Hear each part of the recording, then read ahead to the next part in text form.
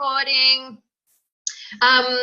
So hello, welcome to another webinar. I hope that this slightly earlier time is a bit better for some of you. I noticed after our last webinar that there seemed to be a lot of people doing school runs and pickup times, and I think I went over that sort of 2:30 to 3:30 mark. So I thought I'd, hit this middle of the day time as well, because often, we don't have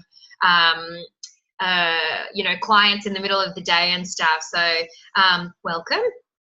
This is getting recorded, as I said, so you can watch it back, or if there's a part, if you have to leave early or something, it's going to be there. It'll be put up in both groups. So whether you're in the Fitness Business Club or the Nutrition and Lifestyle Support Hub, that's a mouthful, it'll be in both of those places, all right? So what to tell you about today? We're going over a lot of information, all right? So it's quite word heavy, but you know me, so I'm pretty word heavy to begin with. So what I want you guys to let me know is during all of this, type in please elaborate, something like that, or whatever, all right, so that I know if there's a particular area in terms of marketing, advertising, ideas, language, all the different things we're talking about today. If you're not getting it, or if that's kind of the sticking point in your business, then make sure you sort of go, please elaborate, or can we hang out here another second or something, and I'm sure I'll be able to throw some more ideas out at you. So I imagine today it's going to be probably an hour plus, it could be an hour and a half. I seem to have this internal clock that even if I think a talk is going to be 20 minutes, it goes for about an hour and a half. So let's just assume today's an hour and a half seminar. But as I said, lots of information, okay? So we're talking copyright, what copyright is, and I'm not talking about, or what copy is rather, and copywriting, not copyright. That's better. That makes more sense. So what that's about, we're going to talk about our target markets and our avatars, all right? So who your ideal client is. I actually think that I will do another webinar on that specifically as well, because knowing your target market and how they think, it sometimes takes a little bit to draw that out of us, all right? So we kind of intuitively know who our main clientele are, but actually putting it down on paper, how they think, what their pain points are, the language they use, there's a lot more to it. There's a lot to it, So as I said, we're going to cover that in a few slides today, but that will potentially be the next webinar as well, all right? What else? I'm giving you lots of ideas towards the end. So again, if you have to leave early, I would suggest, once this is posted, come back and, watch whatever you've missed, because a lot of the examples are obviously going to be at the end, because we've got to talk about what it all means first, and then we want to put it into practice, all right? So that happens at the end, obviously. What else? I think that's kind of it. Again, any questions, you know where to type. You can all see me, can't you? Can somebody type yes? I've just tried to switch off the video that sometimes sits in the top of the screen, because it can try to record you guys as well. You can see me, perfect. Thank you just for letting me know. I can't see myself other than the picture that's right there, which is probably a good thing. I'll get distracted while we're chatting away. So anyway, let's get into it, shall we? And go. So advertising, yes, you can see me, perfect. Copy that counts, all right? So firstly, what is copy? Why is it important? All right. So I juggle whether to use the word copy sometimes, because copy is not necessarily out there mainstream, business, us daily people who are ticking away and, and making a living and all the rest of it, copy is a very specific kind of, marketing advertising word, all right? So copy is the term that's used for copy written. So these are the various words we use in writing, in written text rather, to aid in selling a product or service. So it is an art form in its own right, which you guys may realize if you've tried to write your own ads before, which is why lots of big publications will have a specific copywriter. Okay, so yeah, I was going to say something else, apparently not. We in smaller businesses generally don't have a copywriter, you know. We are the one-stop shop for everything. We do our marketing, our advertising, our dealing with clients, our sales, you know, the whole shebang basically. But it is so, so important that we get used to copywriting, you know, as a particular thing in our own businesses, because it's the first point of call for new customers, you know. So before we even are selling to them, they're looking at our ads, you know, our Facebook posts or whatever else it might be. So we need to make sure that what we're writing, our copy, you know, makes sense and is targeting them. All right, you know, it needs to be written as if it's you, but, you know, hitting the things that are important to them, okay? So to do this effectively, we must understand the tools and tricks of the trade. It's that simple. So what can I tell you? At the moment, my websites, just to give you an example, so at the moment, I'm actually creating a second website because I have two arms of my business, as you guys might imagine, you know. I deal with a lot of you one-on-one and help out, you know, business support type things and all of the content that we send out and package and whatever. So I have business to business stuff. And then I have, you know, my side of the business, which is kind of me to clients effectively as well, you know, so me dealing with, you know, nutrition plans or even things like my book and whatever else it might be, you know, there's kind of these two different target markets, you know, because I can't speak to you all as business people the same way I would speak to who our kind of clients would be, right? And the same as I can't speak to our kind of clients the same way I would speak to you guys or you know, even sell to, you know. It's really important. So anyway, what I was going to say is that so we're having a second website built, so it's very clear that, you know, these two arms of the business are there. And I actually have somebody who is my copywriter. So she helps to write like me. So she, for the purposes of the website, all right, because, you know, she gets to know me, she watches videos that I do, listens to my language, but then also understands the people I'm talking to, so she can kind of come up with some middle ground, you know. And so as I said, you know, in this, we don't always have the option to do that. You know, I do most of my work. There's just some tweaking happening on my websites at the moment. And yeah, so, you know, we have to be engaged and we have to be able to do this kind of thing because, you know, it's our people that we're talking to. The other point that I was just going to make as well while we're here is that our target market isn't always us. So I know that, like, say Pete's on here, and imagine if Pete had, you know, worked a lot with mums and bubs for whatever reason, you know. Pete is not a mums and bubs. And he's not a mum necessarily. So he needs to be able to talk as himself, but he needs to be able to also talk in the language that that his clients talk in so that they can relate and understand. Does that make sense, everyone? So that's kind of what copy and copywriting is about, you know, is kind of joining who you are as well as who your target is and writing things in a way that makes sense to them, you know, stuff that's going to sell, obviously. All right, so before we kind of get into copywriting, I suppose, you know, we need to know who we are and who we are as a brand. All right, so a brand is more than a logo, a company name, some fonts and some colors. It's that simple, you know. I'm having some stuff branded at the moment, and it's funny because, you know, you can see my logo, like my company's logo down the bottom of this slide here, Limitless Health Co. You know, that was created off the back of Sky's the Limit, so so we now call it Limitless Health Co. And, you know, and it's blue and whatever. But the problem is that I'm a really, like, rainbow crazy kind of person, and so for me, you know, when we're having all this new stuff created, it's, you know, nice and colorful because that's the person I am. You know, having plain blue or, you know, just this kind of one muted color doesn't kind of resonate with me as a person, you know, or me as a brand. All right. So it's so important that we think beyond, you know, picking a color and picking a font and, you know, making things look pretty. Like, we often kind of get stuck in those areas, and we forget to kind of reflect about us. A true brand represents the person or message that is behind all the pretty stuff.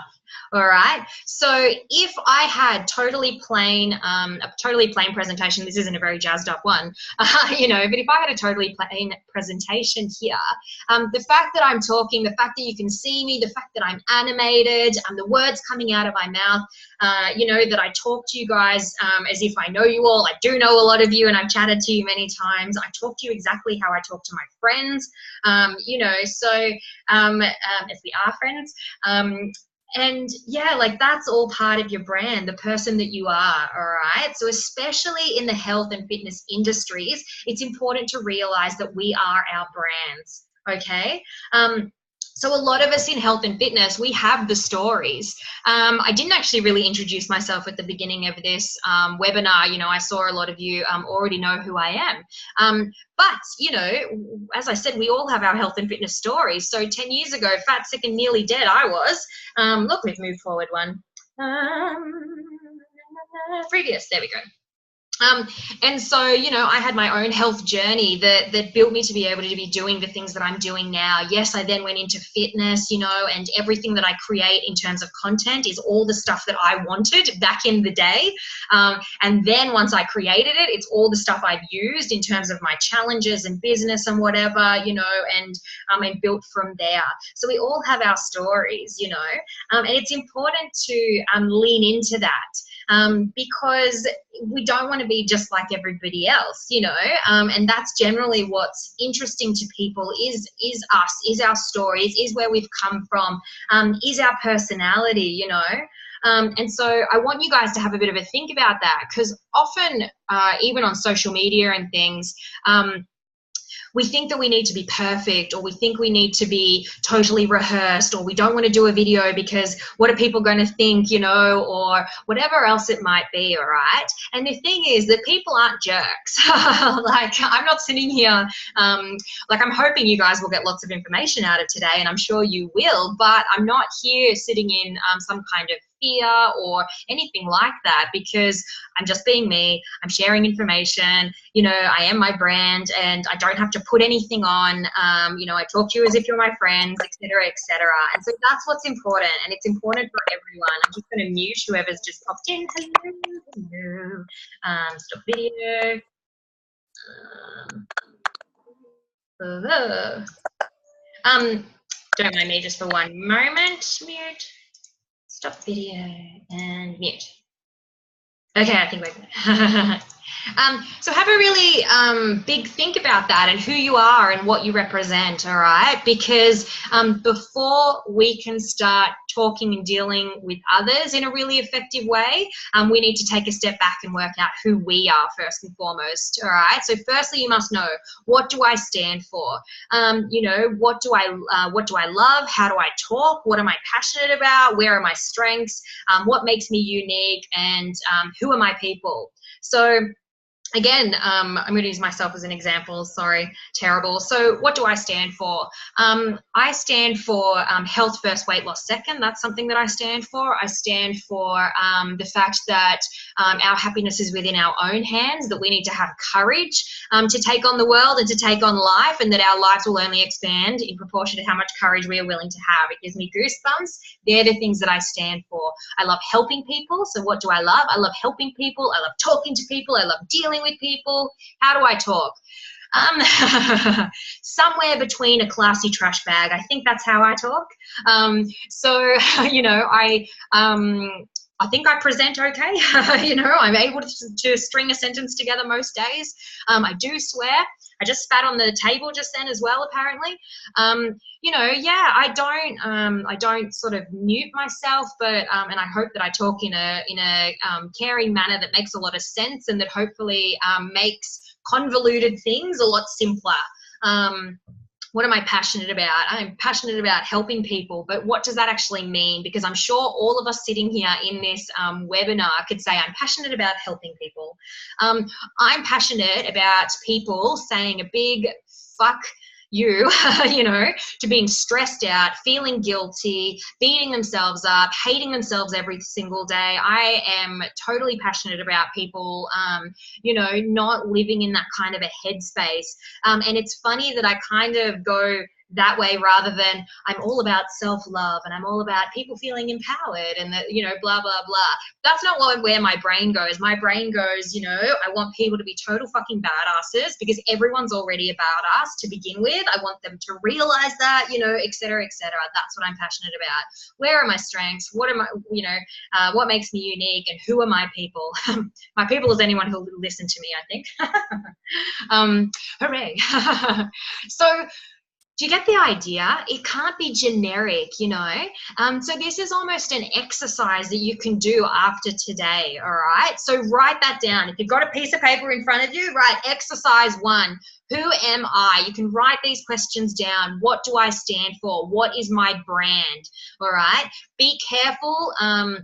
If you have to ask yourself the question a few times, then do it, because it's all well and good, as I said, to go, you know, what do I stand for? The empowerment of women.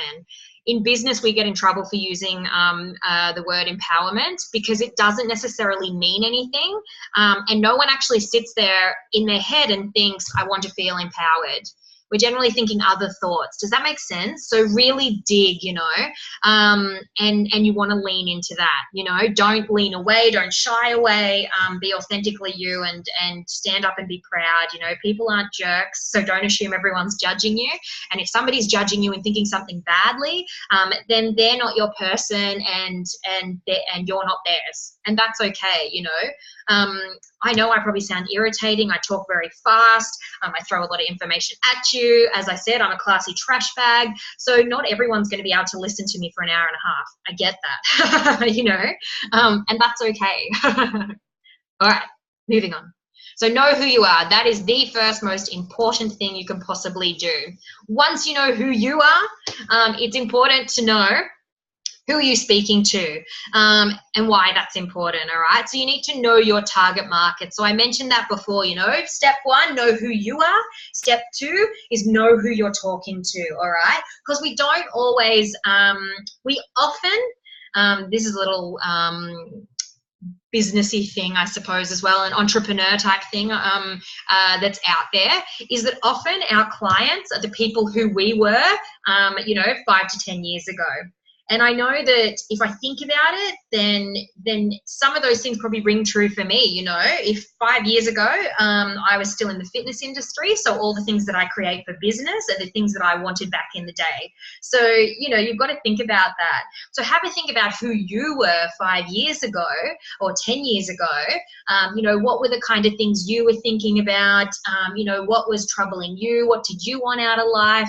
Because you might find that you actually accidentally attract a lot of the people who you already were yourself. Does that make sense? Say hell yes, or, you know, it might not resonate, to be honest with you. Sometimes it does. It doesn't always work like that. But, you know, it's probably 75% to 25% that your target market is the person that you were 5 to 10 years ago. All right. And there can be some differences. So it doesn't have to be exactly perfectly like that. So what are some examples of target market? And these are sort of some broad categories, okay? So weight loss female, that's about 90% of our clientele. I think we can probably all agree, unless you have a really specific niche, which is great, that's really perfect. Mums and bubs, burnt out corporates, you know, that's a really great niche there. High risk clientele, I loved high risk clientele. They were definitely one of my specialties back in the day. Newbies, so maybe you're really great at helping people who are new to fitness get into fitness and really love it.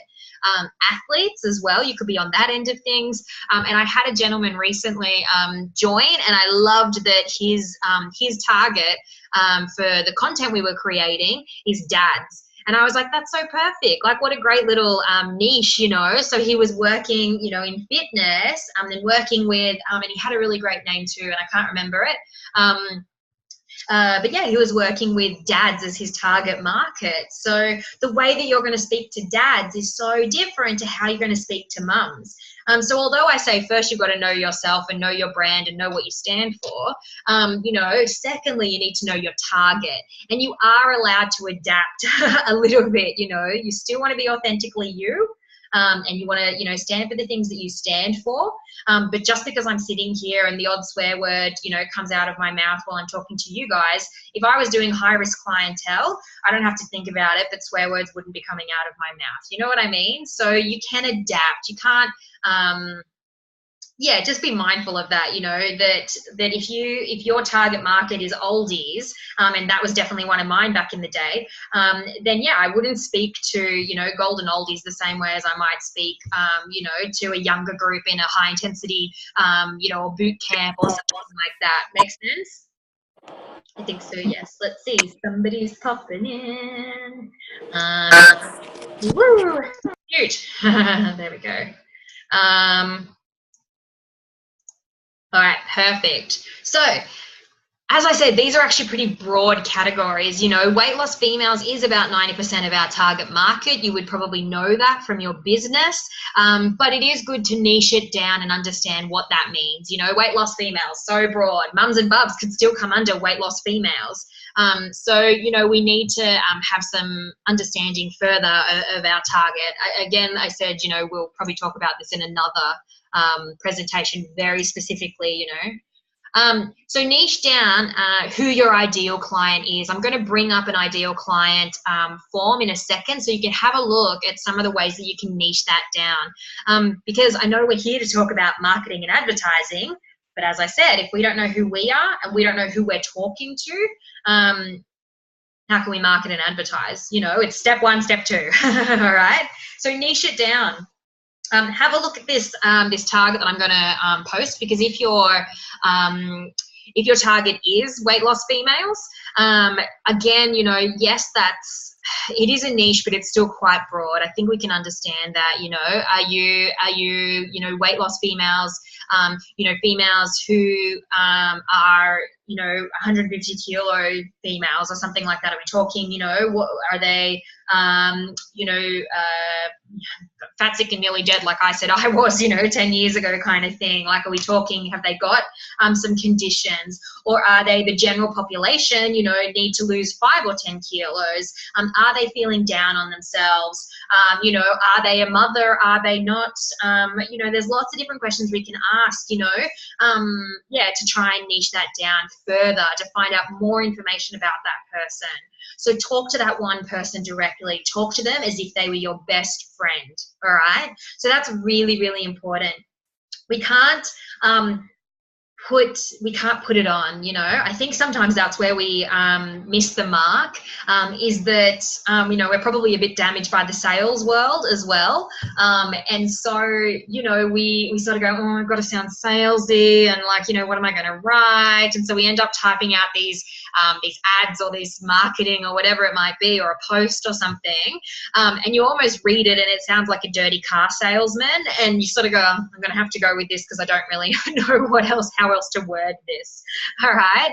So you want to talk to a person. So if your client is the weight loss female who is down on themselves, who doesn't know how to dig themselves out of, whatever it might be, in the nutrition industry, I know 3 nutritionists who are all eating disorder nutritionists. That is not my forte. I can help people like that, but these nutritionists have had eating disorders themselves, and so they can deal with those clients better because they're more in the mindset.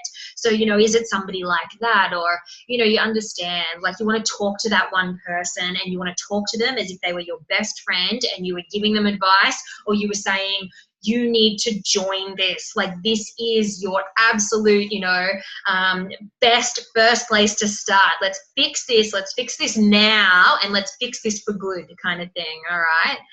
So you want to think a bit like that. All right. Talk to the one person. So here's a little quote that I heard a long time ago, and I just think it so rings true, and it's really important. So you can write it down if you like. Talk to many people and no one hears you. Talk to one person and everyone hears you. So it's so important, all right? We're going to talk about some mistakes actually that I've seen, and these aren't the be-all, end-all mistakes. They're just little funny things that that I thought worth mentioning, you know.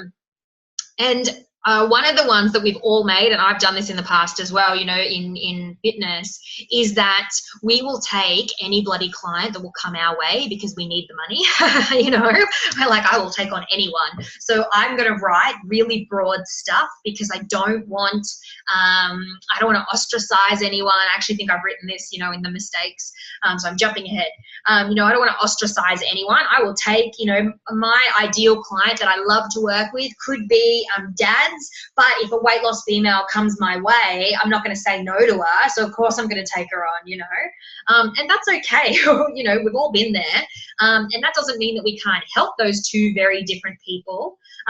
But if we're trying to advertise a challenge, or we're trying to advertise for more clientele or our boot camp or to join classes or to join the gym, we need to talk to one person. And if we are talking to that one person, we are going to resonate with all of those people that are out there thinking that same sort of thing. Does that make sense? It means you're also going to attract more of your ideal client. And the more of your ideal clients you have, the more referrals those ideal clients are going to give you as well, because they're going to say, holy shit, I've worked with this person. She's absolutely amazing to deal with, you know, teaching people about nutrition, or making people lose weight for good, or whatever it might be that your strength is. And so, yeah, we want to talk to them very, very directly. So just talk to many people and no one hears you. If you keep it so broad, you know, come and join the challenge for all fitness levels and all fitness types. We've all probably put that sentence down, haven't we? And it might be very true. However, you know, it's a bit broad. And we're going to talk about a few more things to help move us away from those kinds of sentences, I suppose. So talk to one person and so many more people are going to hear you, all right? So, so important. Give it a go. So client avatar, let's have a look. To help get clear on who your ideal customer is, you can create a client avatar with a distinct persona. You're probably already really familiar with who your ideal client is.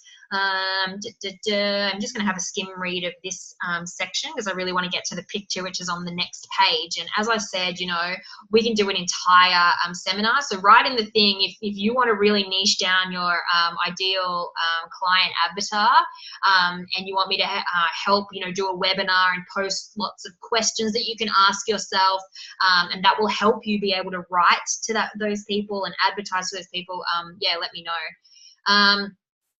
So yeah, these are some of the things, all right, that we can go over to create a customer avatar. So you may already, as I said, you know, intuitively, we'll go with that. I knew it was an I word. You may already intuitively know who your client avatar is. And can I tell you, you know, I started, you know, with all these content packages. So a lot of you have my content packages, and we do the business stuff and all the rest of it, blah, blah. I have now sat down and you know, a few months ago, and I did a client avatar for, you know, who I think is appropriate for my packages, the same as when we were at the expo. So if you saw me there, hello. You know, and I was there with my general manager and my automator, who is / also my partner, you know, and we're all there. And we were talking to specific types of people, you know, because I knew that they were, you know, it's a waste of our time just trying to talk to everyone and hoping that we, you know, hit the mark somewhere. And so, yeah, we very specifically, you know, knew who to look at, you know, what those people looked like, you know, as a demographic, as a whatever, to be able to speak to more of those people and ensure that we weren't, you know, wasting our time, you know, speaking to the wrong kind of person while one of our ideal clients walks past, all right? So that's how important it can be. So to create a customer avatar, you need to have a bit of a map. So you want to have basic demographic, their goals and values, sources of information. So where are they getting their information from? And that'll make more sense on the next page. You know, what they're reading, what are they watching, you know, their challenges and their pain points. That is probably the most important thing on there. Typical objections. So, you know, an objection for, say, somebody, you know, mum and bub, is that, you know, sorry, I've just got to go, you know, I'm sorry, I can't actually make any decisions. I've got to speak to my partner first. You know, it's good to know that. Like, that's not, that's neither here nor there. If that's what they need to do, you know, that's totally fine. So we need to be able to help in that process. You know, if that's the process of our client avatar rather, then we need to, you know, make room for that, because we understand that that's part of the process. Their roles in the purchasing. So, you know, is it a 50-50? My role in purchasing things, this is how it goes in our household, is, you know, I'm a fast decision maker. You know, I am like, I need this and I need this now. Not because I'm so frivolous and just want to grab onto everything. I'm just like, you know, all go all the time. So if I think I need something, I get it and it happens and whatever, you know. So my role in the purchase process is I find something, I know that I want it. I tell my partner in a very asking kind of way. Like, I'll be like, this weekend we're spending 2 extra days in Melbourne, and so I just turned to him and I was like, you don't really care if, like, we spend an extra couple of days in Melbourne, do you, just while we're down there, and I can just kind of go shopping and have a bit of fun on the weekend? And he's like, yeah, you know, I don't care. Like, you know, so it's kind of like, I am the main purchaser. I am the main, the role is mine. You know, I don't need to ask permission or check with anyone. However, you know, I'll often throw a statement question out there to my partner, but I totally know it's fine. I don't have to ask his permission. But in, you know, in some cases, maybe in the mums and bubs or whatever, you know, the decision making could be 50-50. Does that make sense? So that could be an objection as a big example there. And finally, give this avatar a name. So, excuse me, my notice doesn't work. You know this? La, la, la. So,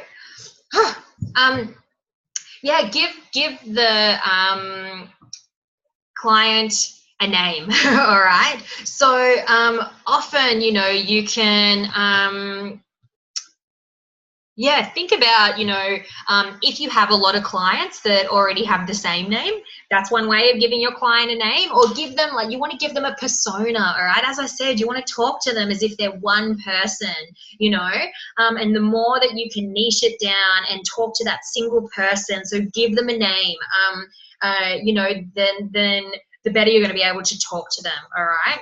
I think that makes sense. So here we go, customer avatar. Now, this might resonate with you, can I tell you? So when we were doing our customer avatar, as I told you, I have 2 arms of my business, all right? So I have my business people, you know, that I deal with a lot. That's probably most of you. And then I also have, you know, my other arm, the other arm of my business, which is me directly to clients. And the other thing that we actually did, can I tell you, to help you guys out, when I was writing the customer avatar for my business to business, you know, people who purchase my content, I then also sat down and wrote a customer avatar for your clients. All right, because if I don't understand your clients, I can't provide you with the things that you need to then give to your clients. Does that make sense? So we actually did 3 avatars when we were doing our customer avatars earlier this year, all right? And so Samantha might be your client. This might be, you know, your target person. And so we sat down, I actually sat down with another friend of mine who comes under this bracket, all right? So I think this particular friend of mine would be your ideal client, all right? So when we were sitting there writing, you know, who my business client's ideal client is, you know, we got lots of different information on that. Give me 1 second. I'll mute whoever is popping up. How dare you? Mute. And beautiful. Let me see. Stop video. Alrighty, thanks. So this might be your client, all right? So you can let me know if this relates to or sounds exactly like who your client is. So goals and values. So Samantha is aged 30 to 45, all right? She's a female. The marital status is she's married. She has 3 children between the age of 2 and 12, and she's in regional Australia, all right? Her quote. So it's good to have an idea of something that they might say. And so when I was talking to a friend of mine who sits in this category of human, she said, you know what, her and the other mums always sort of sit around and when they're talking about health and fitness, they go, look, you just do what you can. And so I was like, perfect, that is a quote. You know, if that's what you guys are saying to one another as a target group, you know, it's important for us to understand that. They might have an occupation, but they're part-time and service-based. Job title, so customer service, admin, retail, something like that, all right? So they have a bit of a job on the side, or they're, you know, part-time, or they're looking after their, you know, 3 children. They want to lose weight. You know, their annual income for themselves could be about 40,000 to 50,000, so they don't have a lot of, you know, money or time. The level of education is year 12. So they, you know, they may have come out of school, maybe, you know, gotten some job or something like that, ended up popping out some babies, and then, yeah, sort of working in a service-based industry, all right? So the goals and values of this customer, they want to lose weight, feel better about themselves, reach pre-baby weight. So often we'll hear that. Whether that's a real thing or a realistic thing or not is not the question here, all right? The thing is that that's what they're thinking, all right? I want to be the size I was when I was 18. And you just go, oh my goodness, like you've just come out of high school, you're probably like this tiny little thing, you know, we have all these other hormones after, you know, we've popped out kids, like you never, you know, you're not going to be your 18-year-old weight potentially. You might be, but maybe not. But it doesn't matter. That's what they want, all right? So social connection, they feel isolated. So sometimes going to the gym or going to an exercise group or something like that might be the only thing that they're doing for themselves, you know, outside of working and looking after the kids, and then they're struggling to get to your classes anyway, you know, because it's a bit tough because they don't have a lot of time. We know they're time poor and they're money poor as well. Their values, so you know what's really important to them is being a good mum. They might beat themselves up a little bit about that. This client avatar, can I tell you, is not a mums and bubs client avatar. That's actually a bit different. So again, this is, you know, a different sort of niche, and you can see how although this person's goal is weight loss, there's so much more information here than, oh, they want to lose weight. That is not a niche. That is not a customer avatar, right? There's so much more information. So being a good mum, so much so that they might beat themselves up a little bit over it, you know, and they're more likely to ensure that the kids, the 3 kids, are getting to their sport or getting to their whatever, or, you know, that their kid's eating right, but then they're not eating right, you know, whatever else it might be, okay? So values her family and feeling strong and capable as well. So that's really important to Samantha, as we've given her that name. Sources of information. So books, if Samantha's reading books or watching the television, you know, she's watching things that are escapism, non-fiction, all right? Maybe some women's magazines or women's health magazines, blogs, so, you know, potentially some mums blogs. Again, this is not our mums and bubs person though, so, but, you know, she has kids, and so sometimes she'll look at some things on Facebook, you know. Gurus or Insta mums and fitness people. So think, you know, the people following Michelle Bridges and things like that. And I actually can't see what that bottom one says because the toolbar is in the way. Challenges and pain points. Now, this is the most important thing that's probably up here, all right? So challenges of Samantha, this client avatar. So her challenges are time and energy, all right? Keeping motivated because she's time poor, she's energy poor, so of course she's going to be demotivated. She's not eating the right things, so again, of course she's going to feel demotivated because she's not feeding her body, which is then going to make her feel more energized, and she already has no time. Do all these things make sense? See how we can fatten this out, and we're really getting a great picture of who this person is and what is relevant and what means something to Samantha. and affordability.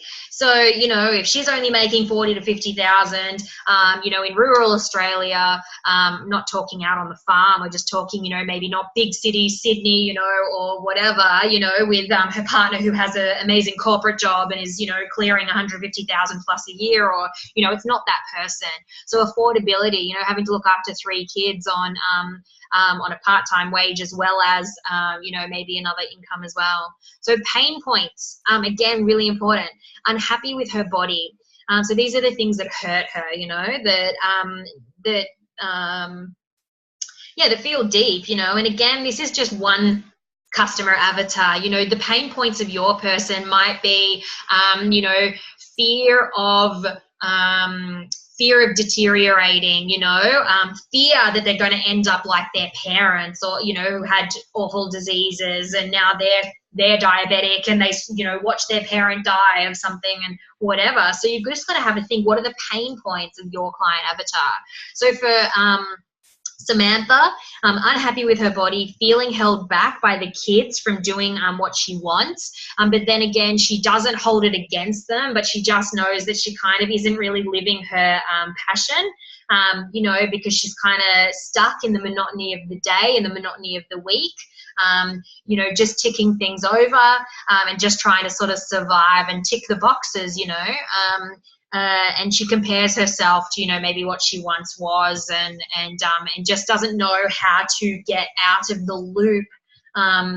Is kind of stuck in her ways.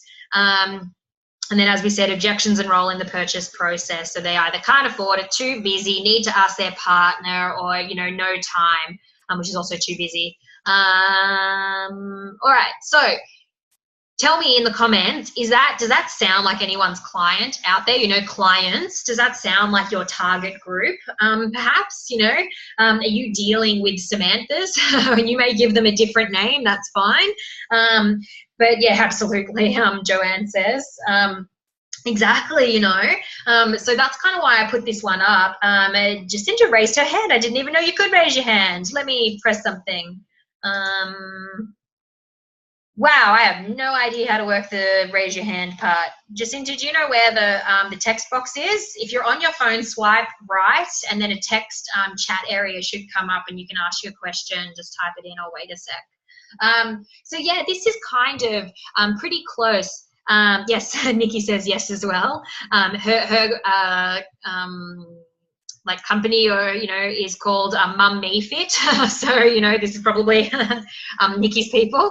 So that's kind of why I put this one here, because I thought, all right, well, this might hit a few people. So, you know, maybe take a photo of this on your phone, or, you know, a screenshot, or just literally lift your phone up and, you know, take a photo of your computer screen, words. Lee Scott says, to build an avatar, listen to existing clients and what their situations are, resources, lifestyle is, and build on that. So that's a question. Yeah, so literally, as I said, you can take a photo of this, Lee, if you're able to, or I can, I might post this up as a little document into all of our groups and things anyway, just to help all you guys out, that has all these kind of questions. And you just sit down and you just start filling it in, and you just sort of think about it, and you try to dig deep. So yeah, you want to think about their demographic, like where are you, where are they, you know, yeah, their situation, you know, their age. So Lee works with, you know, kind of postmenopausal or menopausal, you know, in and around that time. So, so you can think 50 plus female. So obviously, age 50 plus, you know, thereabouts. It doesn't have to be super specific. Yeah, it doesn't have to be super broad is actually what I was going to say. So you can say 50 plus, you know, menopausal. So what are the pain points for menopausal women? They can, and I'm just going to exaggerate. So exaggerate on the things, all right? So menopausal women feel like crap, you know, have so many different symptoms. They might have multiple health concerns going on other than just menopause to deal with. They feel very busy. I know from dealing with, you know, 50 plus women as well, that's often quite stuck in their ways. And they're often yes people who, yes people in a sense of yes to family, yes to obligations, yes to responsibilities. You know, it's like it's always that kind of thing. And so they always hit the back burner. They might be more likely to be the secret eater. So sitting up alone at night at 10 o'clock and downing half a thing of you know, ice cream or something like that. You know, you just kind of think about, you know, who this person is, and they might not all be like that. And as I said, I'm just trying to exaggerate to give you a different picture of a person perhaps. You know, they want to lose weight, but their body doesn't work the same. They feel stuck in their ways, you know, whatever else it might be, okay? So, yeah, you just think about all those things, their goals, what their values are, what's important, their challenges, their pain points, you know, their objections. So what would make them say no? Oh, I don't have any time, or, you know, an objection, why brain freeze. Totally gone. Oh my goodness, what was I going to say? It's right there. You know when it's like right there? Oh, motivation. So motivation can be an objection. So we kind of go, yeah, I know I should go to the gym. That's not a yes, I'm fucking pumped to go to the gym, you know? So sometimes when we're dealing with those different brackets, you know, what is an objection to the sale? Well, they're not actually in a place to give a shit enough. And I don't mean that in a rude way, but sometimes we're just off it, you know. Sometimes they're just like, I just don't even care right now. We've all probably done it. Have we all probably had a week where we're just like, I am not training this week, the gym can get stuffed, I don't even care, you know what I mean? So if we're dealing with those people, or that's part of our client avatar or where they're sitting, you know, maybe they're a diabetic, maybe you're dealing with an entire group of diabetes, you know, diabetics, like type 2 diabetics, who have never had to look after their food before, who have never had to look after their exercise before. I actually did have a diabetes group, and it was funny because it was in an area that was quite highly ethnic, which was fine. You know, it was lots of, you know, Maltese and Macedonian and Italian and all of this. And I've got Italian mamas, bless them, you know, that are literally sitting there saying to me, oh no, my husband says that diabetic coma isn't a real thing, so we don't really believe that's the case. Or, you know, and they would test my knowledge against, like, they'd be asking me these questions, and I'd be like, how do you not know any of this information before? And I'd give them all the information, and then at the end they would go, oh yeah, that's what my diabetic nurse said to me as well, but I just wanted to see, like, it was almost like they were testing me for the second opinion, you know. So you can imagine that client avatar is very different to the Samanthas out there. All right, so you just have a real think, yeah, about the questions you get asked, et cetera, et cetera. So what else? Down in the right corner, there is 3 dots. I just pushed that. Oh, so Jacinda accidentally raised her hand. Good job, buddy. Good job. So as I said, we could go on and on and on about this. And if you want me to do a working, you know, if we do a little worker bee one day, you know, we can sit down and I will do another webinar. We can ask these very specific questions for your very specific groups, and we can work through this. You know, you can all work through it individually while we're here, and I can help you. So we could even possibly have the sound on. So if that's something that's of interest to you, please let me know, because, you know, I just want to make sure I'm giving you guys the information and helping you in the way that's going to resonate. So, yeah, let me know, because I think this is really important. Oh, okay, so we know who we are. We now know who our client is, okay? So we've got to work out how we need to talk to these people. So how people buy, all right? So this is actually really, really important. So we buy with emotions, not with logic or lists. So it's something like 80-20. I actually think it's less than that, you know, so 85-15. That people buy with emotion, not logic, all right? So that's really, really, really, really, really, really, really, you can write that down. It is so important to understand that. And I think in the fitness, in the health, in the nutrition industry, this is even more so correct, okay?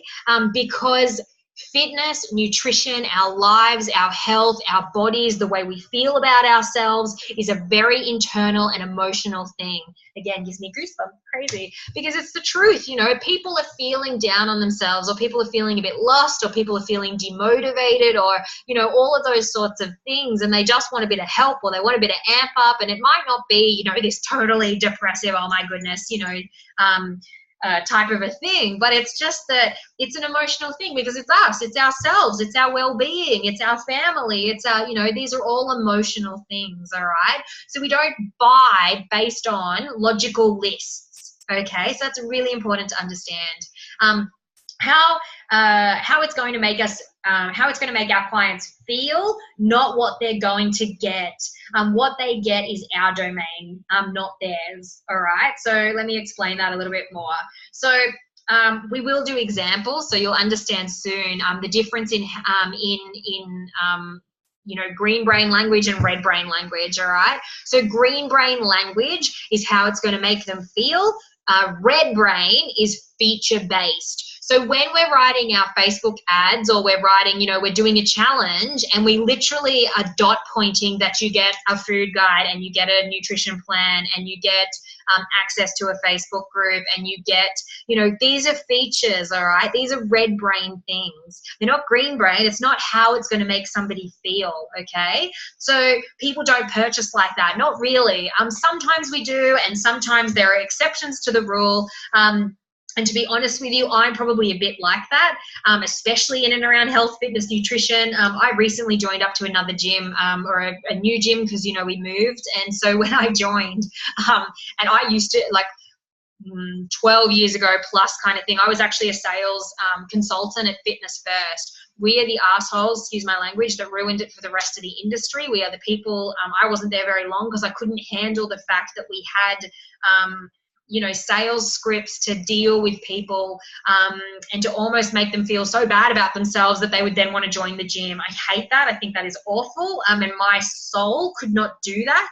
And so, you know, I got out of there as quick smart, because I just couldn't believe that I didn't want to play on people's pain points. You know, you can talk to them. That doesn't mean we're playing on them. It doesn't mean we're blackmailing them. You know, whatever. Like, I don't want to make people feel bad. I want to make people feel amazing, and I want to help them, you know. So anyway, when I recently joined this gym, you know, I walked in, and I, like, you know, walked in, sat down, went, hello, you know, I'm a trainer, and I'm a person, and you know, I work in this industry, blah, blah, blah. I'm like, you do not need to sell to me. I'm not going to sit here and fill out a form about, you know, answering all the questions, you know, and telling you about what it is that I want. I was sold before I walked in this door, you know, because I've seen the place. I know what it feels like, blah, blah, blah. I'm done. Just, you know, give me the price and give me the, and how it all works. I want the dot points. All right.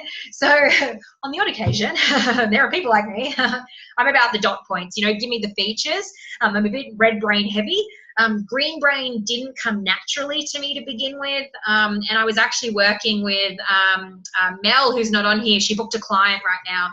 I was working with Mel about a week or so ago, and we were talking about green brain language, because green brain stuff didn't, you know, the feeling language doesn't come naturally to me either, because I am a feature-based person.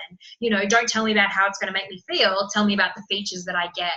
But as I said, you know, 85% of purchases, regardless of whether you're buying sunglasses, health, fitness, whatever it might be, you know, we're buying emotionally, not because of the list of things, okay? So we can kind of put some of the listy things in a way that actually talks about the feeling. They're going to feel amazing and energized. They're going to feel, you know, fantastic in their skin again. You know, they're not going to be having night sweats, or, you know, and it's not just about listing, you know, all the symptoms that they're not going to have anymore, but, you know, it's about the feeling, the emotion, you know, being in control, yes, being empowered, but what does that mean? You know, elaborate on that some more. So that's really, really important. We want to step away from the features, especially, I suppose, if, you know, some of you, a lot of you have my content, our content, you know, and you're working with stuff like that, you sort of go, oh my goodness, I have all these things. I have a food guide, I have nutrition plans, I have lifestyle handouts, I have blah, blah, blah. You know, Again, that's our domain. That's what we talk about on the business side of it, you know, because that's important to us to know. These are the things that we're giving the people. This is how we're going to give it to them. So we have to stop thinking like us, and we have to think like them. All right. So think like your client, your target, and what they want. And what they want is those pain points, you know. They don't want to feel demotivated. They don't want to feel awful in their own skin anymore. They want to look in the mirror and love themselves. They want to not feel guilty, you know, for going out on the weekend. They don't want to keep binge eating and having all these blowouts, you know. And you can go the opposite and talk about all the amazing things. They want to feel energized, and you know, they want to not curl up and you know, die as they age, and you know, and they want to feel vitality, blah blah. All right, so that's their language, and that's how we want to talk to them, because that's why they want to join the challenge or join your boot camp.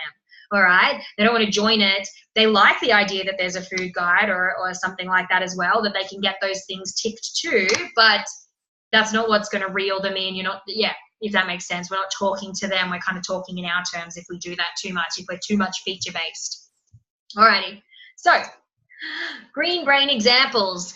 So as I was just saying, I think I was throwing a few out at you. Now, some of these examples are things even I've said before. So again, knowing who you are is super important, because there's particular language that you use yourself, all right? So you can copy, you know, some of the things that I say or sentences that are here, or write them down, but you might want to change some of the language to words you would use. You want to talk to your people, you want to talk to them in a feeling way, but you want to talk to them with your personality. All right. Again, I was working with another trainer recently, and she had kind of copied some of my sentences, which is totally fine. But I was like, look, it sounds like me, you know. I'm reading it. I know that this is a sentence that I've written on one of my things, which is fine. But you know, you want to target your people with your own personality. So feel energized and amazing, like you are you again. All right. Walk with confidence and swagger. Radiate in your pre-baby body once more. Juicy food guide to answer all your burning questions. All right. So it's not just you receive a food guide. It's like you're getting a juicy food guide to answer all your burning questions about what food you're actually able to eat. And people go, oh my goodness, thank God. You know, lazy, easy, simple recipes to follow. Who doesn't want that? Of course we all want lazy, easy, simple. No more thinking, you know, no more hours in the kitchen. Hell yeah. You know, again, things that I would say. Lose the weight once and for all. Be supported and inspired in a like-minded community of badass babes. All right. So again, these aren't the be-all, end-all. These are just some examples, and you can probably hear my personality in these because I wrote them. But it's my language, you know, and so you've got to think about, one, who your target is, you know, who you're speaking to, how they would speak, you know who you are. And then so when you're writing in green brain language, it's coming across. So I use the word you, and amazing, confidence and swagger, burning questions, juicy, lazy, easy, simple, you know, badass babes, you know, these are all things that I would say.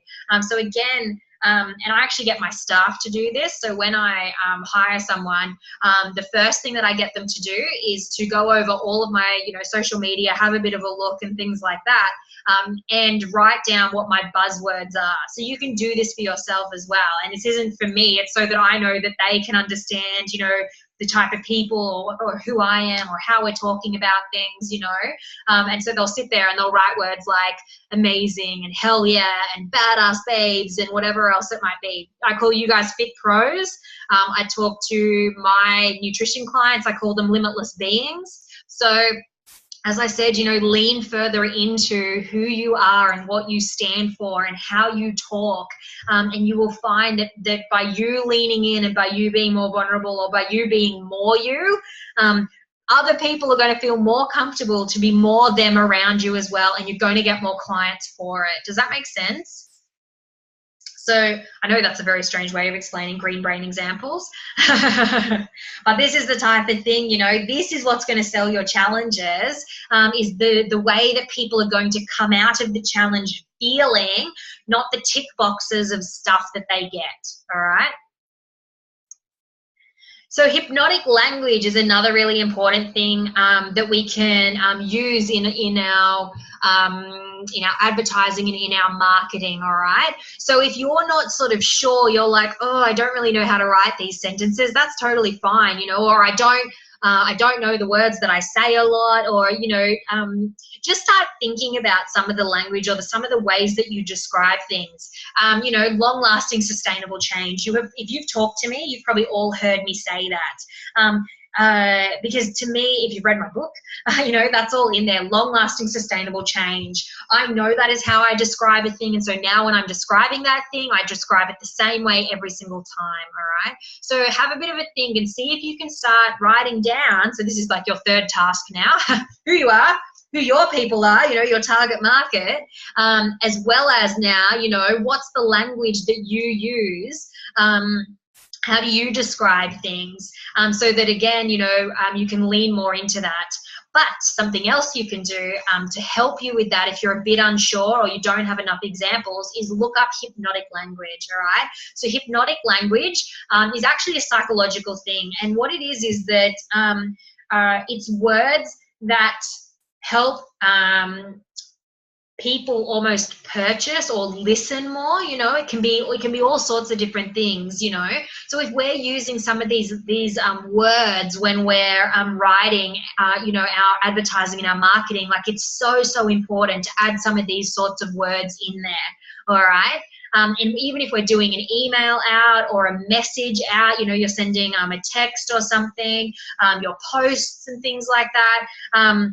So at the moment, because I love you guys, I'm actually putting together a list. So I'm going to have a document that's basically, to do with like sentences to write at the top of posts to get people to read your posts. Because we're also used to just scrolling. And if a thing doesn't jump out that interests us, we just kind of go past, And so, if there's something, a particular sentence, written at the top, a particular style of sentence that maybe has some of these hypnotic words in it, or is a hypnotic sentence in itself, people are more likely to read it. So definitely, if we've got challenges coming up, or we're running a boot camp, or we're doing our marketing and advertising, we want to have some of this sentence, as our first thing. Or if we're doing live videos, people love to watch a live video because they get a sense for your personality, for you. They can relate, they can hear you and watch your face and all those sorts of things. So lives are really important. We all know this, and I'm sure we all don't do nearly enough. So if you're doing a live, how do you get somebody to watch that live? And hypnotic language is actually really big for that, all right? So words like ultimate, exciting, announcement, so these are all really important. Secrets, keys, unlock, all right? Exclusive club, access, invite, this is your exclusive invite. Imagine, all right? So these are good ones. Remember, picture this, all right? So those ones, almost like psychologically and chemically make us, do it in our head, all right? So, like, you guys are probably wanting to amp up your business, all right? Imagine if you listened to everything that I say today and started implementing these things, and then your business starts to boom because you're talking more to your clients, directly to the people that you want, who are then going to get you more referrals, and you're going to be loving your job, like, because you're dealing more and more with the people that you want to actually directly work with. How good, like, imagine how good you're going to feel, when everything is running smoothly, and when you get a handle on this particular thing in your business. How amazing is that? So see what I did there? Like, you probably all sort of, I hope, maybe, don't know how much of a good storyteller I am, but imagine sitting there, like, you may be sitting there rather, and you're sort of like, fuck yeah, I will feel amazing. Like, this has been such a burden, I think, in my business, or I felt really crappy, or I don't understand why my ads haven't been hitting the mark, or I'm not getting enough clientele, and this is all news to me, this stuff, green brain and hypnotic language and client advertise, and oh my God, it's so big, and, I don't even know where to start. but imagine once you start implementing it and feeling good about it and understanding it, it's going to become second nature. So as I said, green brain language for me, so I hope you were just picturing all of that and how good you're going to feel at the end. So green brain language, as I said, I'm a feature-based person. I'm one of the 15%. And so it didn't come naturally to me to begin with. I have to really think about it. And now, because I'm more used to just leaning into, the way I talk and who I am and what I stand for and all the different things and who I'm talking to, that it's become easier. I'm not saying I'm perfect at it by any means. However, it becomes easier, all right? And it will for you as well. Once you start implementing more of these things, I suppose. So ultimate, exciting. That list, as I said, that I'm making for you of sentences are things like, oh my God, big announcement, stuff like that. People go, I want to know what the fucking announcement is. What's the announcement? And then they hit play on your video because they want to know, so it's just things like that. Or unlock the keys to your weight loss success, and people go, oh my goodness, that's amazing. Or this is your exclusive invite to my fitness business club, and you go, oh, that's so cool, like I'm going to be part of a club or a hub, or that's awesome, or it's exclusive. Our brain does these little things and goes, oh, I want to be a part of that. And so imagine, remember, picture this. All right, and then limited, last minute, now, all these sort of action-orientated things. So if I say there's a limited number of spots available or only 10 spots left, that's really important. People go, shit, I better join now then, all right? So we want to use this hypnotic language in what we're writing as well, okay? So pain points. And as I said, all of this is going to come together a little bit at the end. So I'm going to have an example of an ad. So you're all holding in there. Good job. I know it's a lot of information and lots of words come out of my mouth. But it'll all come together at the end, how talking like us, talking to the people that we want to be talking to them with green brain language and hypnotic words, and knowing their pain points, and we're going to write in a second and it'll all come together beautifully, hopefully. All right? So know your ideal client and see through their eyes. That's the most important thing. Whether we were our ideal client 5 to 10 years ago, maybe you'll find it easier to lean into who your ideal client is, or maybe you've always been a sporty, fit, happy, go lucky person, and now you're dealing with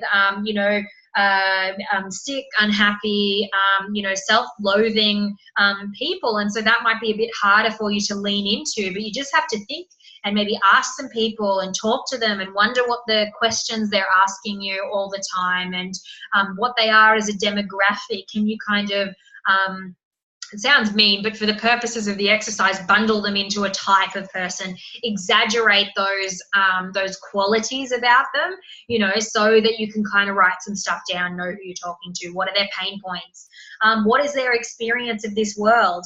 Do they live in a happy universe or a tired universe or a chaotic universe or a chilled out universe or a busy universe? Are they a corporate? Are they this? Are they that? All those sorts of things. What is their experience of the world? Okay. What is your experience of the world? Are you drained? Are you, tired, upset, burnt out?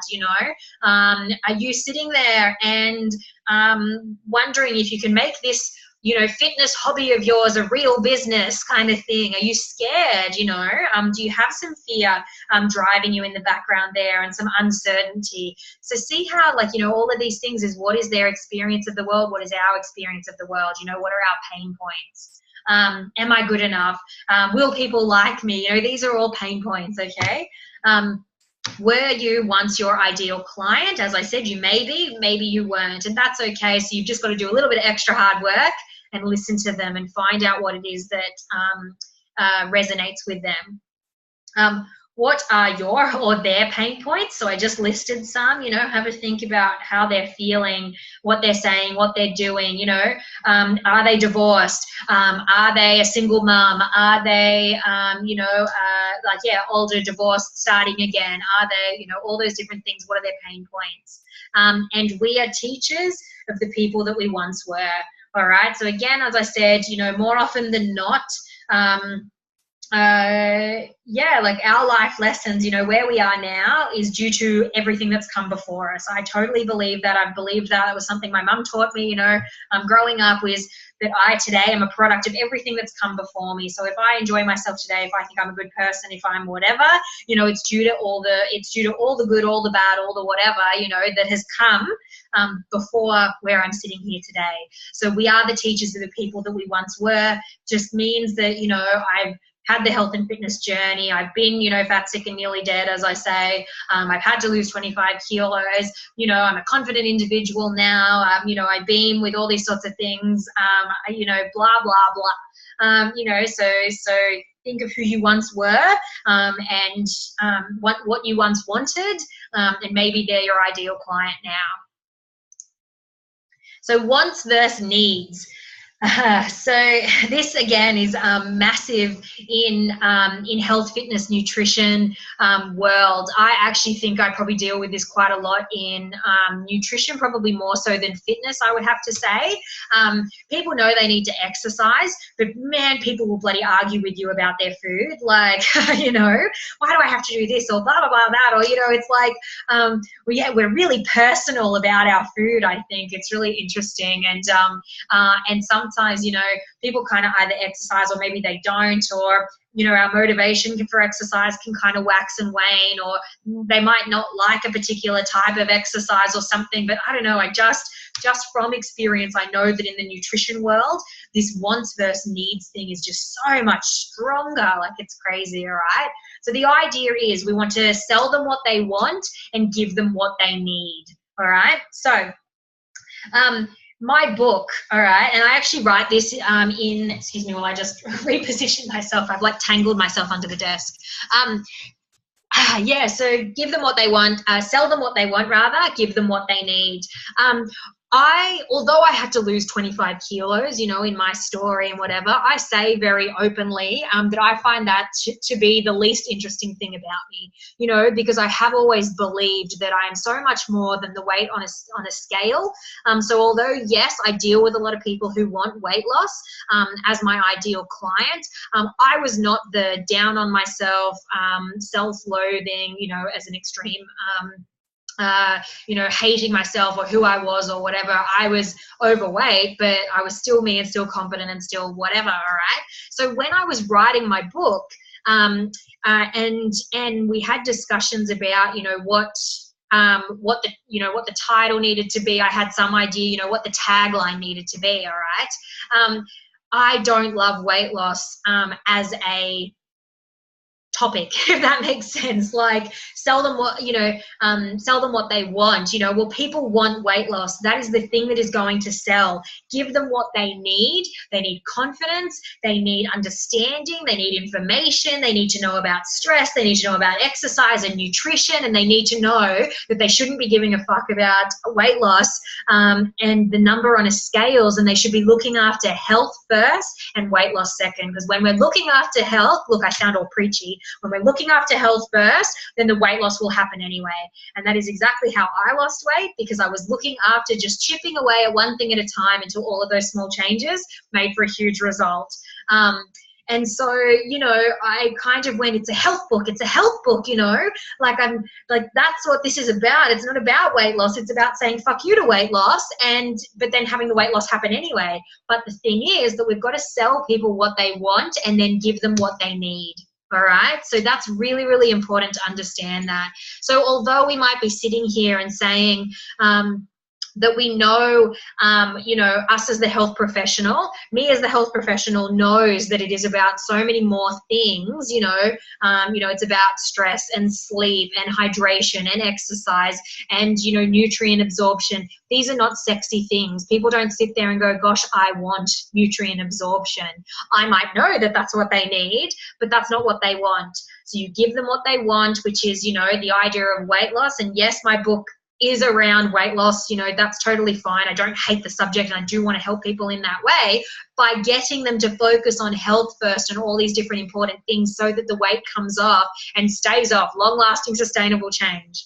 All right? Does that make sense? Again, you know, I'm not trying to sound preachy. It's just to give you the example so that we can get the people that we want to help, that need our help the most, get them in, you know, reel them in, not in a tricking kind of way, because they're sitting there at home thinking, I don't want to be feeling fat, sick, and nearly dead anymore. I want to lose weight. You know, I want to get rid of my diabetes, or I'm sick of all these menopause symptoms, or, you know, they're the things that they're thinking, you know, they want. They're their wants, but what they need is to start looking after themselves better, to start de-stressing, to exercise more, you know, all these different things make that up. You're all very quiet. Nobody's typed anything in a while. Does that make sense? Sell them what they want and give them what they need. It's not meant to be a rude trick. It's just, again, so that you can connect to your audience. It's connecting the dots. It's saying, I know what you guys, I do it actually in the business stuff. Abigail, we had this conversation yesterday. We were talking about, you know, that people go, like, trainers will come to me and they go, no, my clients, they want a meal plan. That's what they want. They want all the recipes, you know, given to them. They want to know exactly what to do and blah, blah. I just want the meal plan, not the nutrition plans, you know. And the thing is, I go, it's actually not what they need. You know, that's what they think they want, but I'm just letting you know it's actually not what they need. And once you get involved in dealing with people and their nutrition and stuff like that, you'll realize that that is not, you know, does not always sustain long-term success. As we've discussed, if I've talked to you about our meal plans, you know, nutrition plans are for teaching long-lasting sustainable change. Even if your clients are going, no, I just want to be told what to eat every single day. It's not what they want. Like, it's not what they need, rather. It's not what they need. They need to learn forever change, you know. We can give them meal plans as well, though. That's okay. So their want equals weight loss, energy, confidence. They're the things that they want, you know. That's what they're thinking in their head, your target client, you know. Or I want to rid myself. I want to get off all medications. I don't want to be feeling like crap anymore, whatever it might be. They're their wants. Their needs: exercise, consistency, a better relationship with food, confidence, empowerment. Again, is a bit of a wishy-washy word sometimes, because they're not thinking that. Nobody sits there and goes, I want weight loss and empowerment. It's not actually how we think, you know. Support, environmental factors, you know, all those different things, stress management, mindset, just better relationships in general. So they're the things they need. So we know that, we work on that with them, but to get our hands on them so we can work with them on the things that they want, you know, and give them what they need, yeah, we have to talk in that sort of front wants first. A PT is the first point of call and expected to be the one-stop shop for all clients' problems. You know, again, I know I've had this discussion with many of you before. It's so true, you know, the fact that, you know, I can even help you with nutrition and lifestyle content, you know, people don't just come to nutritionists. You kind of get referred to a nutritionist, or you go to a nutritionist if you've got a problem or something going on, and that's okay. You know, I love dealing with really high-risk clientele and fixing people from the inside out and whatever. But general pop, you know, our gym goers don't really go to nutritionists, and that's okay. It's a thing of its own, no problem. But out there in the industry, a personal trainer, you know, or, you know, a gym owner or whatever you guys might be, boot camp, we're expected to be, you know, that one-stop shop. You know, that people will come to us with all the nutrition questions, or people will, you know, we're psychologists. Like, the entire training session, all we'll be talking about is their life and what's going on. I am a ranter as well when I train. So literally I get PTs to kick my butt so I don't have to think about my own exercise. I'm like, I've had to think about other people's exercise, you know, for many, many years. So when I go to the gym, I'm quite happy to have someone yell at me. And while they're yelling at me and telling me to do exercises and things like that, I'm probably ranting and talking about whatever's going on in my existence and this, that, and the other, you know. That poor PT having to be a psychologist for me. So, you know, it's really important that we realize that. And so we're trying to bridge that gap to be able to talk to them a bit more about nutrition, or give them some lifestyle help, or, you know, different things along those lines. I totally understand what it's like, you know. I've been there as well. We are the one-stop shop. We are expected to have all the answers, you know, and I don't know that we're always set up that way to begin with, to have all the answers. So it's good that you're here. So build hype. So again, you know, those sentences that I actually literally have a Word document open on my computer at the moment that has, you know, lots of building hype kind of sentences there for you, all right? So if we're marketing and we're advertising and we've got something coming up, you want to build hype around it, all right? So go live, write one of those sentences that's like, oh my God, big announcement, guys. Or if you're going to launch something and tell everyone about it, tell them on a Monday, but on, you know, Thursday or Friday, say, keep a lookout for my big announcement coming on Monday, guys. Like, can you guess what it is? And then people are like, no, just freaking tell me now. Like, you know, you've probably done it to me. I've probably put a post up like that when I'm like, I've got a secret, you know, like, and because I'm excited and I want to tell you about something, and I'm the worst secret keeper there is. So yeah, you know, it's just those sorts of things, because people go, oh, I want to know, you know, it's building hype and it's building experience and it's connecting with people. And if you're asking a question too, you know, people are going to engage and write something back, and we're all little sticky beaks. So we all want to know as well, you know, so you do that on a Thursday or Friday. And then on Monday you go live saying, you know, big announcement, guys, click the video. And so that they then watch. All right. Excuse me. I'm just going to have a sip of tea before I lose my voice again. I had no voice last week whatsoever, so I am like, thank God that we're here today and functioning. This has cayenne pepper in it, so if I start choking, that'll be a bit interesting in a second. Okay, so excuse me. So yeah, go live, send out a post or an email. A couple of the ladies here now, you saw my email yesterday saying, oh my God, it's happening tomorrow. These are the things, you know, or whatever. I sent something out today. I actually didn't post too much about this webinar. I know that, you know, so do as I say, not as I do this time around. Big announcement coming soon. Can you guess? You know, people go, oh, you know, oh my God, have I got a secret for you? Want to know what it is? And people are like, yes, I want to know. Guess what I've been up to, you know, and have a live video, all right? Comment below if you think you know.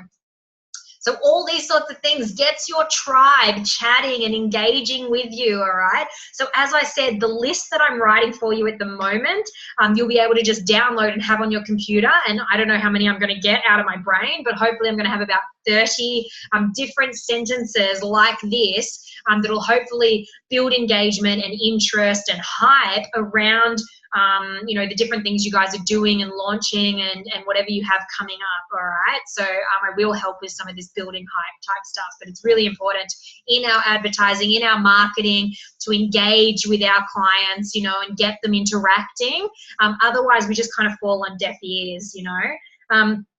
There is actually a particular rule out there, I will let you know, that says 80% value ads and then 20% advertising, all right? So excuse me, if you have a group, excuse me again, apparently. If you have a group or a Facebook page or something like that, you want to have 80% value ads. So helpful posts, tips and tricks, you know, little videos, all sorts of different things. 80% value ads. Write this down, 20% advertising, okay? Because then, you know, because you're giving so much content, people are going to be more inclined to have a bit of a look at your thing when you are advertising, saying, hey guys, challenge coming up.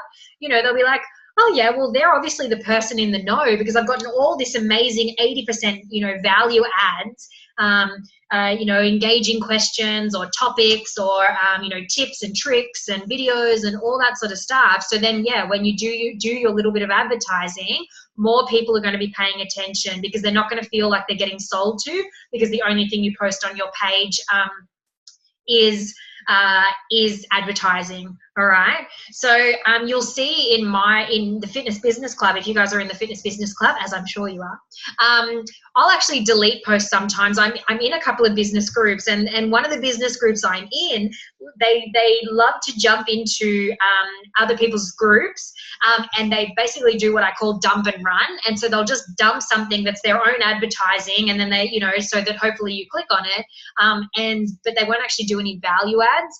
And I don't want the Fitness Business Club to be advertising galore or anything like that. I don't even put my own advertising up there. I want it to be value add for you guys, interesting stuff like this, you know, help, questions, whatever we can do, you know. So I'm always kind of deleting other people's advertising because they're coming in and dumping and running. So yeah, you know, just be mindful of that. 80% value adds, content, cool stuff. And then when you have a challenge or you want to put a post about, you know, membership prices or referrals, you've got a referral drive coming up or something like that, people are not going to feel sold to, and they're not going to switch off to your information. All right. Does that make sense? I'll pretend you're nodding. All right. So some of the mistakes I've seen, too broad. That was the one I was talking about earlier, if you recall. It was so long ago. In fear of ostracizing people, because we will take whatever client wants to join with us because we need the money. That's totally fine. I get it, all right? But you just want to make sure, you know, we are talking to those ideal clients. The more you talk to your ideal clients, the more of your ideal client you are going to get. All right.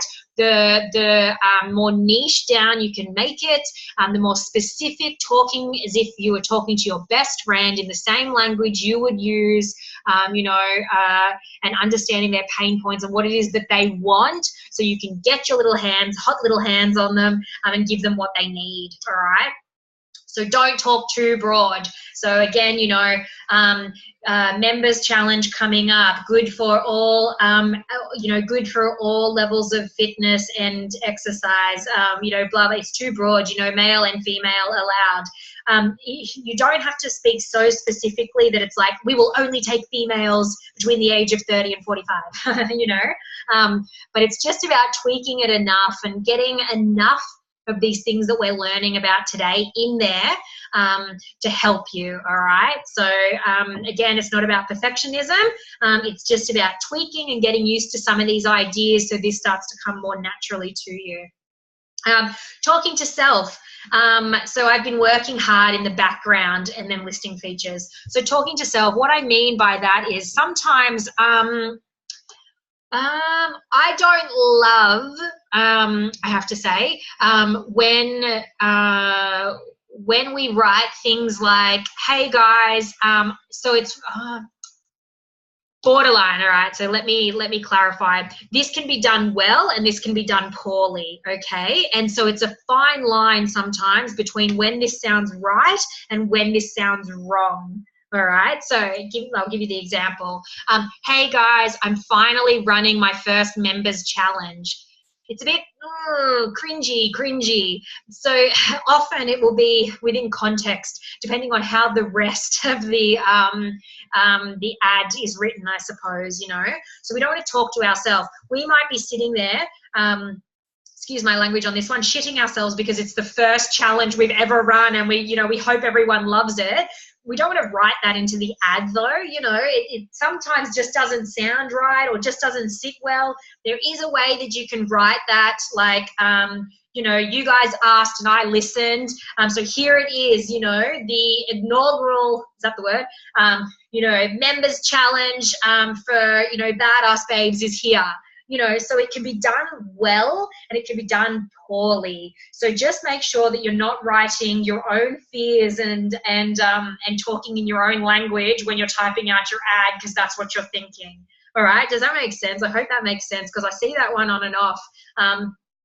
I've been working hard in the background to bring you. They don't care if you've been working hard, you know, they don't care about the background. These are not words, you know, these are kind of features, or these are our information, or this is how we're looking at the challenge, you know. It's not how our client is looking at the challenge, and we need to talk in our language, like as in our personality, but to them and their fears, their wants, their desires. All right, so I hope that makes sense. So just be careful, or if you're unsure, I love people sending me advertising and saying, how does this sound, Sky? You know how to get in contact with me, messenger me or something like that, and just say, what does this sound like? Give me some tweaking and I'm happy to help, all right? As I said, there's been a lot of that lately. I've been helping. No why factor, so want to lose weight, train with us. So that's another mistake I see, where people just go, do you want to lose weight and feel better in your skin? Train with us at Hot Little Hotties Fitness or something like that. It doesn't, there's no draw in that, there's no why or feeling, it's just, XYZ, come and join, blah, blah, blah. So it falls on deaf ears. You want to You want to talk to people with passion. You want to hit, as we said, their pain points, their things like that, all right? So you want to add the why factor, add the green brain stuff, add the hypnotic words, and talk to their pain points, talk to their desires and their wants. So if you don't want to talk to their pain points because you feel icky, if that doesn't sit with you, that's okay. So talk to their desires, you know, and how they're going to feel, as we've said, all right? And obviously listing features. So come and join our 8-week challenge. You know, you will receive ultimate or unlimited exercise sessions per week, food guide, nutrition plan, blah, blah, blah. Don't do that. Don't do that. All right? So don't list the features. Excuse me again. It'll be horribly embarrassing if I choke on this in a second and then cough liquid at you. One moment. Okay, sorry, and we're good. So don't list the features, okay? So these are just some of the things these are kind of the main 4 that I see is talking too broadly, talking to self, which I just mean that you can almost hear the trainer's own fears coming out into the advertising on the page. So don't talk to yourself on the page when you're trying to sell to clients. No why factor, so you're not compelling your clients. You know you can help them, all right? It's not about that you feel like I sometimes get this, you know, people go, I just feel like I'm preying on them, or I don't want people to feel sold to. I don't like people feeling sold to either. You guys will know when I talk to you. I don't think anyway, when we're talking about, you know, packages and things, I'm not trying to sell to you. If it works, it works. I'm happy to give you the time, or, you know, if it's not right for you now and it's right for you later, like I don't love, you know, the hard sell either. That's okay. But that doesn't mean that my stuff is invalid and that it's not going to help build your business, and that I know that it will work, and I know that I can help you guys and, you know, go to the next level and boom your business and whatever else. So if you want to get your hot little hands on the people that you know you can help, you have to talk to them, and that's okay, you know, and reel them in. And again, not in like some rude kind of a way, but because you know you can help them and you know what you have is of value, all right? So it's about integrity, and I know all of you, so I know you're integral people. Yeah, it's not about a trick factor or something like that. It's just about being smart. You know, we want to help people, but at the same time, you know, we have sunglasses to buy, or, you know, we have whatever else it might be, whatever your addiction is. You've got gym wear to purchase, and, you know, you've got a exercise tight habit that you need money for, and so helping people is a really amazing way that you can then pay for your exercise tight thing. All right, so some general rules. I'm going this way now for water. We're nearly there. We are nearly there. So, short, sharp sentences, all right? So you don't have to get too wordy. You can get to the point with no fluff. So yes, you need to build hype, you need to green brain, you need to hypnotic word. That's all fine. You know, if the word is on the page because it serves a purpose, that's fine, all right? But yeah, you want it to be short and sharp, okay? Touch on their pain points or on their feelings, their wants, their desires, you know, so you can do both. You don't have to, you know, just touch on, you know, lose weight and feel better about yourself. Like, it can be both kind of thing, you know, talking about what they want and what they don't want, you know, what they want to step away from, what they want to step towards, okay? Talk to that one person as if they're your ideal client. So we're kind of in summary here. Use emojis as well if you're on, if you're posting. So maybe not if you're emailing or something like that, but if you're sending out a message or if you're, posting, people are drawn to, you know, colors and feelings and bright things and, you know, whatever it might be. I think I use that one a lot. An upside down smiley face and purple love hearts. I do that literally for me. I think I love emojis, so I'm like emojis everywhere. But it does grab people's attention as well. So, you know, use lots of emojis. Don't be afraid that you are bothering people. So you can send out a whole bunch of stuff. If people don't want to pay attention to your things, they're just not going to anyway.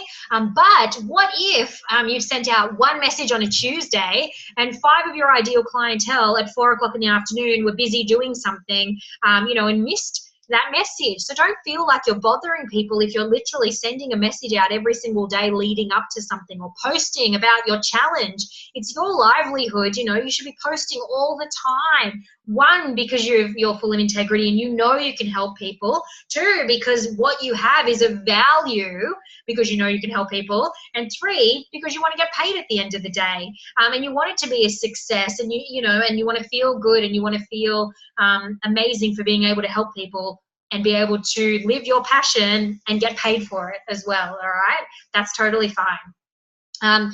Use outcome-based pictures. So you want to it's better if you're doing an advertising or marketing or something like that, especially in health, fitness, nutrition, all of these sorts of world, or this sort of world. What you want is happy, successful looking pictures. All right, so people jumping for joy, people being like, yes, whatever, like skipping along on the beach, or that sort of stuff. All right, so you can get stock images, but you want it to be outcome based. So when people are scrolling, they see the success, the happiness in the picture, and they go, oh, I want that for myself. All right, so that's really important. 3+ calls to action. I'm going to show you what a call to action is in a minute. Excuse me again. I talk to you so passionately, I lose my voice by the end of these things. So calls to action are join now, so limited spots available. It's all those sorts of things. You must put those into your advertising, all right? You just lose people if you don't. People are drawn to action-based sentences. So if you're saying join now, this is for you, people go, shit, I have to join now, this is for me, and then they do, all right? Like if you just sort of waffle information, then it just kind of washes over people, all right? Now I can only half see what this says. Let me just move my little text box so I can read that entire point. New clients, okay, cool. So this is a big one. New clients can take up to 10 touch points to buy, all right? They want to know, like, and trust you, and they don't want to see, and they won't see everything that you are doing, so don't be afraid that you are bothering people. Oh, it did double up. That's so weird. I thought that was a strange point over there. Anyway,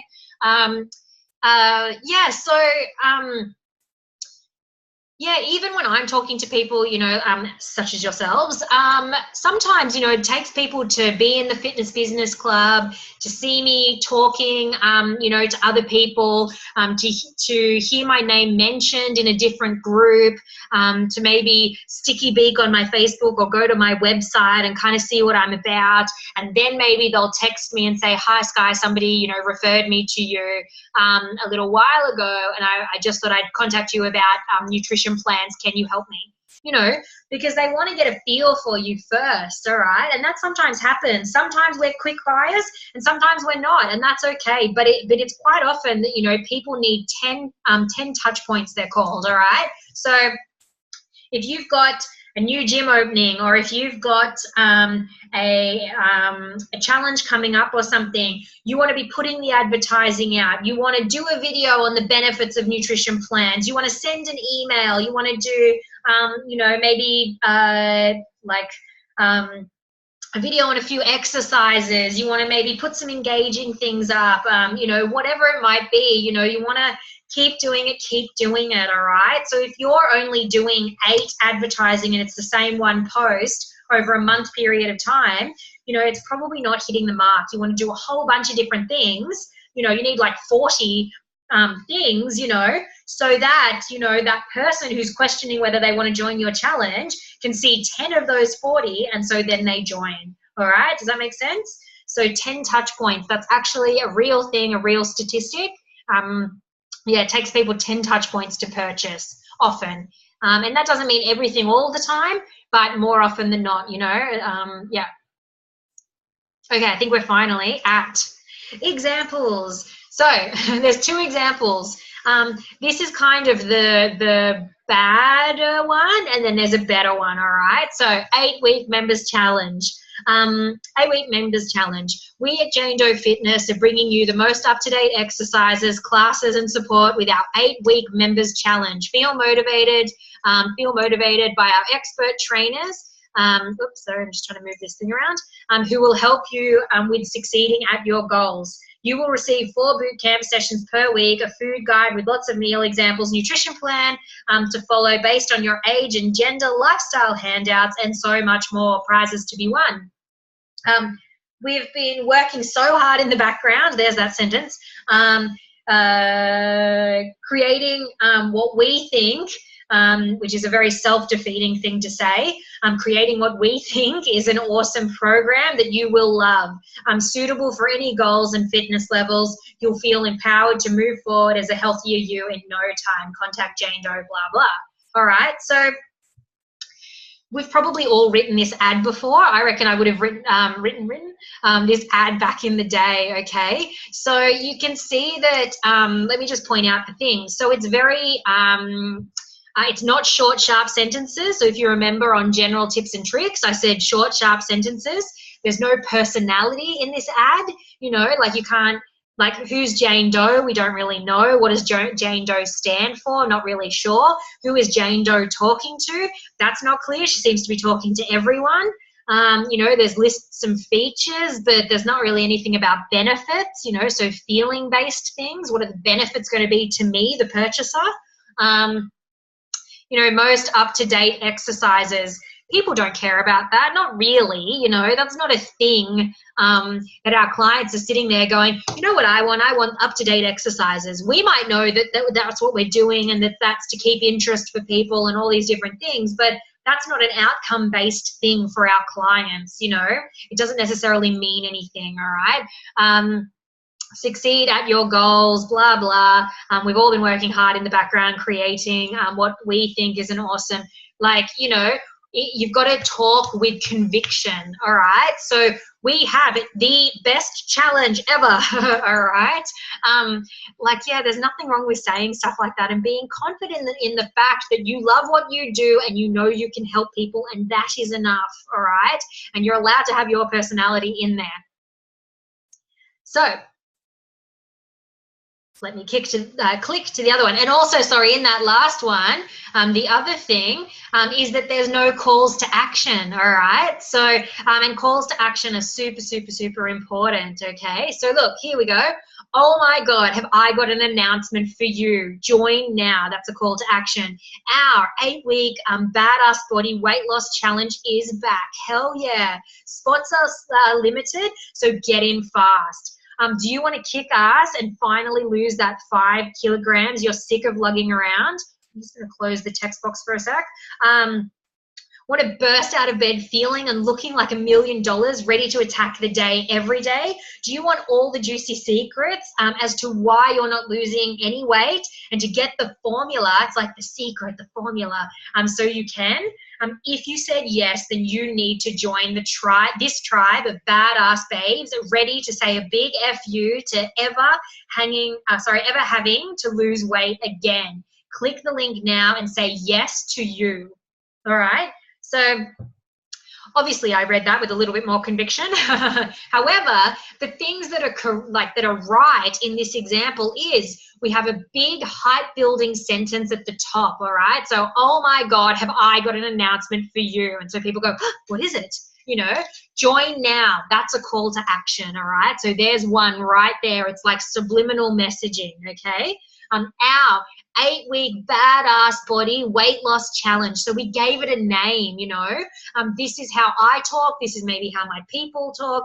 Whatever it might be, you know, put your flavor on it, okay? So it's not just an 8-week challenge. It's an 8-week something challenge, all right? And if you need help with names or you don't want it to be too wordy, or it doesn't have to be like this. Again, this is just how I talk. But yeah, it doesn't have to be like this at all, all right? Because obviously different markets, different targets are going to sound very different, all right? Is back. Hell yeah. Spots are limited, so get in fast. That could actually, that's another call to action, but that could even be more precise. So you say 10 spots left, join now, all right? So even if you know in your head you're only opening the challenge up to 10 people, you don't write only 10 spots available. Don't write that. Don't write that, all right? It's nobody's business. It doesn't matter. What people are going to resonate with is if you say only 10 spots remaining, all right? People go, shit, I need to act fast because there's only 10 spots left. They don't need to know. Like, it's not... it's just writing it in a different way that's action orientated, that's going to make people want to take action. You know, you could be advertising for a month out. You want to know how many people. You don't want everybody to join up on the last day. So if you're sort of saying only 10 spots available, people are more inclined to jump in quicker, and you'll know, you know, what kind of momentum your challenge is getting, or your gym or your boot camp or whatever it might be that you're advertising and marketing. I like dot points and I like questions. So if you look at any of my landing pages, you'll notice that they kind of have this bit of a flavor to them. So do you want to kick ass? And I deliberately wrote extra meanness into this ad so that you could get the idea. You know, I'm putting my flavor on it. Kick ass and finally lose that 5 kilograms you're sick of lugging around, all right? Want to burst, you know. So it's feeling and looking like $1 million. Who doesn't want to wake up every morning bursting with energy? You know, that would be nice to not have to sit there and have a black coffee first thing in the morning. Do you want all the juicy secrets? People love secrets, and people love formulas and blueprints and things like that, all right? So they're hypnotic language words as well. And then if you said yes, then you need to join this tribe of badass babes, all right, that are saying a big F you to ever having to lose weight again. I want the people who are like, yeah, you know what? I'm finally ready to lose weight. I'm super pumped and motivated. Like, let's join this challenge. So, and even the people who are maybe not feeling like that and want to feel like that, you know, maybe they're a little bit standoffish, they're still going to read this and go, I want to feel like that, you know, like that would be nice to be bursting with energy and whatever. And although I don't feel like a badass now and I'm not heaps motivated, you know, they're still likely to join this kind, you know, this challenge because they've read it and they've gone, oh, and you've given them 10 other, you know, touch points. And so they're like, okay, I know, like, and trust Skye. You know, I've watched her videos. She's very knowledgeable. Thank you. You know what I mean? Like, it's all about those value ads. People love watching from the background first. So you might not even know that somebody's been watching you for like 2 months or something like that, questioning whether they want to join your tribe or something. And then finally they just come out of nowhere and you're like, who is this person? So a lot of people, you know, will be standoffish and not interact. So assume people are watching in the background, even if they're not liking your posts, even if they're not commenting, they're still watching, all right? And then click the link now and say yes to you. All right, so that's pretty emotive, you know, in itself. So I'm just going to put the chat box back on so I can see if you guys are talking to me. You have to talk back, goddammit. Does that make sense? Can you see the difference in those two ads? So when I wrote these, I actually counted the words, all right, because I wanted to make sure that we were saying so much more in the same word count. Does that make sense? So, you know, and again, this badass style of writing might not be yours. That's okay. It's not your personality. I'm not saying it has to. If you need my help to draw your personality out more and help you with some of these ads so that we can put your flavor on this kind of a thing for whatever it is that you have coming up, I'm happy to help with that. Just let me know, text, email, whatever we have to do, phone call, you know, to get that flowing. You've probably heard me before. That I say your success is my success as well, all right? So please don't be afraid to go, I don't know what I stand for or something, all right? So Abigail says, yes, the second one sounds a lot stronger. And not just because I've read it like stronger, right, Abigail? But exactly, like you can, it's talking to one person, it's talking to a target, it's talking about pain points and about wants and desires. It's got the action steps in there. It's building hype, so people are more likely to to pay attention because they say, oh my God, have I got an announcement for you? You know, and if you put an ad like this with a nice big success picture of somebody going, yes, you know, then people go, like, what is that? You know? So yeah, it definitely is a lot stronger, I would hope. As I said, yeah, if you need help, just let me know. Now, that is basically it. I do have one more slide for you, which is a bit of a random one. I wanted to put this here. Let me click. There it is. This is just a launch lead up structure or strategy, okay? So if you own a gym or if you're about to take over a gym and